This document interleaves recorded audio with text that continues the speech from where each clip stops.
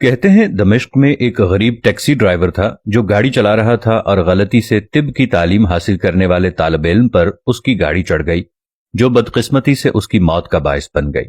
شیخ محمد آذ اور دیگر علماء لڑکے کے والد کے پاس گئے جو ایک جج تھا، اور انہوں نے اس سے غریب ٹیکسی ڈرائیور کو اپنے بیٹے کے قتل کرنے پر معاف کرنے کی درخواست کی۔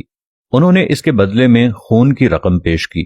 باپ نے حیرت سے جواب دیا کہ اللہ کی قسم میں نے اسے معاف کر دیا ہے اور میں اس سے ایک پیسہ بھی نہیں چاہتا۔ کل میں جیل جاؤں گا اور اسے خود سے باہر نکالوں گا۔ پھر باپ نے کہا، شیخ حیات آپ میرے گھر آئے تو میں آپ کو مایوس نہیں ہونے دوں گا، اس لیے میں نے ٹیکسی ڈرائیور کو معاف کر دیا۔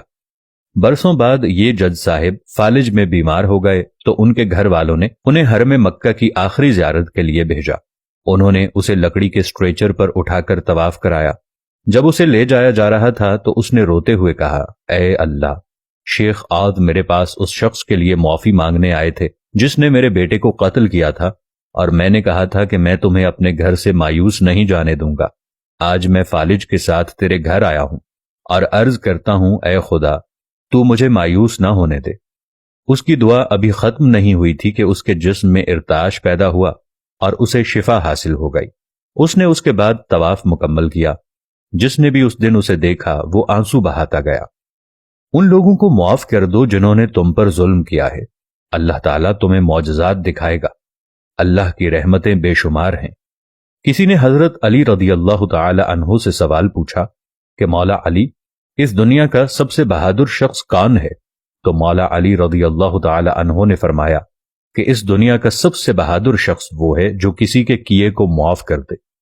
اگر آپ کے ساتھ آج کوئی بھی شخص زیادتی کرتا ہے، ناجائز کرتا ہے، تو خدا کی قسم اس کو دل پہ سہ لو، خدا کی قسم اس کو جسم پہ سہ لو اور چھوڑ دو اس کے جواب کو اللہ کی ذات کے اوپر۔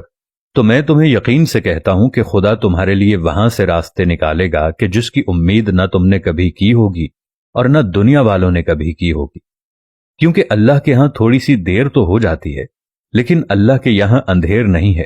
جب تم ایک بات کا احسان اللہ پر لگاتے ہو کہ اے پروردگار، میں نے تیرے بندے پر احسان کیا تیری رضا کی خاطر، خدا کی قسم وہ ذات باری تعالیٰ تو ہر انسان کے اس احسان کو 70 گنا کر کے واپس کر دیتی ہے۔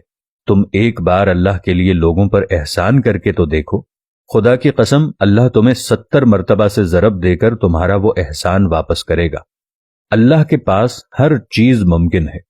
خداوند کریم مردے میں بھی جان دے سکتا ہے، خداوند کریم بیماروں کو بھی شفا دے سکتا ہے، خداوند کریم ہر وہ چیز کر سکتا ہے جو تمہارے یہاں ناممکن ہے۔